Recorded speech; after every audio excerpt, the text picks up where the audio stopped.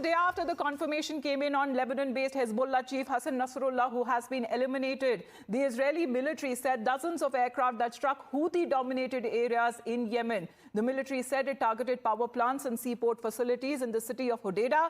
As Israeli Air Force has said, the counter-strike was actually in response to a recent strike on Israel, where the Houthis had launched a ballistic missile attack on the Ben Gurion airport when Israeli Prime Minister Benjamin Netanyahu was to arrive.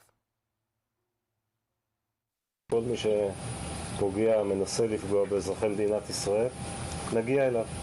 זה הכי פשוט, ונעמיד כל ערכה שנצטרך עם כל יכולת שיש לנו, ויש לנו פה עוד יכולות רבות להעמיק, להרחיב את הפגיעה. Well, to explain the situation, this has been the second such Israeli attack in Yemen in the last 2 months that has taken place. In July, Israeli warplanes struck Houthi military targets after a Yemeni drone hit Tel Aviv and killed one individual. Now, Houthi media officers said that Israeli strike hit Hodeidah city and Rasi ports, along with 2 power plants in the city, which is a stronghold for Iranian-backed rebels. Now, even when it comes to the airstrikes that have happened in Yemen, Israeli defense forces have been saying that the message is clear: for us, no place is too far.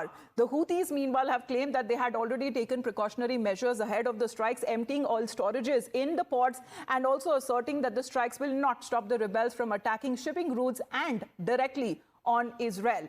Let's, in the meantime, talk about President Biden of the United States of America. He said that he will be soon speaking to Prime Minister Benjamin Netanyahu, believing that an all-out war in the Middle East is a possibility and that must be avoided at all costs.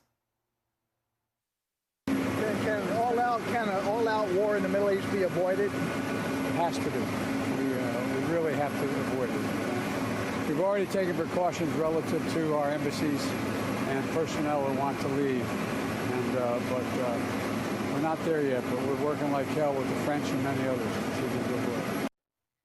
Now, with the reaction coming in from the President of the United States, but an apparent Israeli airstrike that has also hit central Beirut. Now, this is in Lebanon that is now being reported, or the first time in nearly almost a year of the conflict. Now, the strike near, when it comes to a busy intersection, which is said to be a major transportation hub, hit a multi-story residential building, as there have been reports and videos that have been coming in showcasing ambulances and a crowd that has gathered under the building where the strike appeared to have targeted one particular apartment.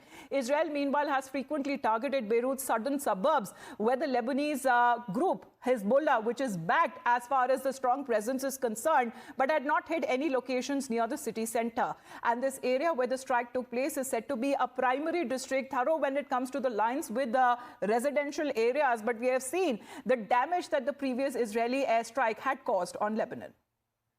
Let's quickly take this up.